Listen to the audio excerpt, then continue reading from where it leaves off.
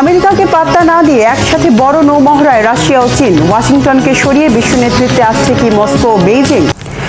পারমাণবিক উত্তেজনায় উত্তাল জাপান সাগর। ট্রাম্পের সাবমেরিন পাঠানোর হুমকিকে পাত্তা না দিয়ে রাশিয়া ও চীন একসাথে নামল নৌমহড়ায়। বরাবরের মতোই মুখে কোনো প্রতিক্রিয়া জানাননি রুশ প্রেসিডেন্ট ভ্লাদিমির পুতিন। তাই বিশ্লেষকরা বলছেন, এটা কেবল প্রশিক্ষণ মহড়া নয়, বরং মার্কিন সামরিক আধিপত্যে সরাসরি চ্যালেঞ্জ। পরমাণু শক্তির এমন প্রদর্শনী শেষমেশ কোথায় গিয়ে দাঁড়াবে? বিশ্ব কি আবারও দাঁড়িয়ে পরমাণু যুদ্ধের দ্বারপ্রান্তে? আমেরিকার বদলে বিশ্ব নেতৃত্বে কি চলে যাবে রাশিয়া ও চীনের হাতে? হাফিজুল ইসলামের ডেস্ক রিপোর্টে বিস্তারিত।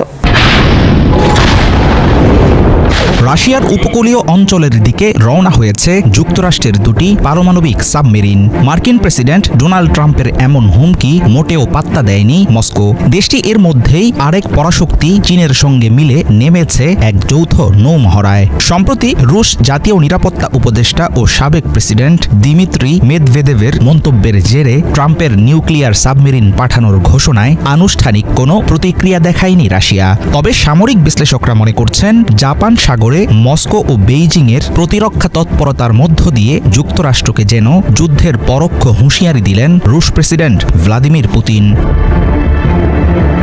ইউক্রেনে রাশিয়ার যুদ্ধ, রুশ মার্কিন সম্পর্কে ক্রমবর্ধমান উত্তাপের মাঝেই চীন রাশিয়ার এই নৌমহড়াকে আমেরিকার বিরুদ্ধে সামরিক চ্যালেঞ্জ হিসেবে দেখছেন বিশ্লেষকরা। পশ্চিম প্রশান্ত মহাসাগরে আর যুক্তরাষ্ট্রের একতরফা নিয়ন্ত্রণ চলবে না। ভ্লাদিভস্টক উপকূল জুড়ে গত 1 আগস্ট শুরু হওয়া যৌথ প্রশিক্ষণের মাধ্যমে সে কথাই মনে করিয়ে দিল রাশিয়া। শত্রুর সাবমেরিন প্রতিহত করা, উদ্ধার অভিযান, আকাশ প্রতিরক্ষা এবং সমুদ্রপথে টহল, নেভাল ড্রিলে এসব নিয়েই দক্ষতা দেখালো রুশ ও চীনা যুদ্ধজাহাজের স্কোয়াড্রন। ট্রাম্পের সাবমেরিন হুমকির পরপরই যুক্তরাষ্ট্র বিরোধী দুই পরাশক্তির নৌমহড়া পেন্টাগনের মাথাব্যথার কারণ হয়ে দাঁড়িয়েছে।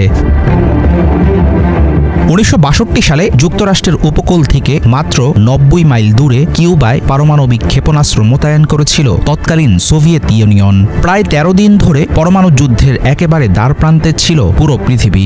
এবার ট্রাম্প যেভাবে প্রকাশ্যে রাশিয়ার দিকে পরমাণু সাবমেরিন পাঠানোর নির্দেশ দিলেন, এর আগে কোনো মার্কিন প্রেসিডেন্ট এমন উস্কানিমূলক কাণ্ড ঘটাননি। যদিও রুশ সংবাদ মাধ্যম ও বিশ্লেষকেরা ট্রাম্পের সাবমেরিন মোতায়েনের হুমকিকে শিশুসুলভ ও অহেতুক প্রলাপ হিসেবেই দেখছে। পাল্টা জবাবে এখন পুতিন কোনো শক্ত পদক্ষেপ নিলে মুহূর্তেই তৈরি হবে জটিল সংকট।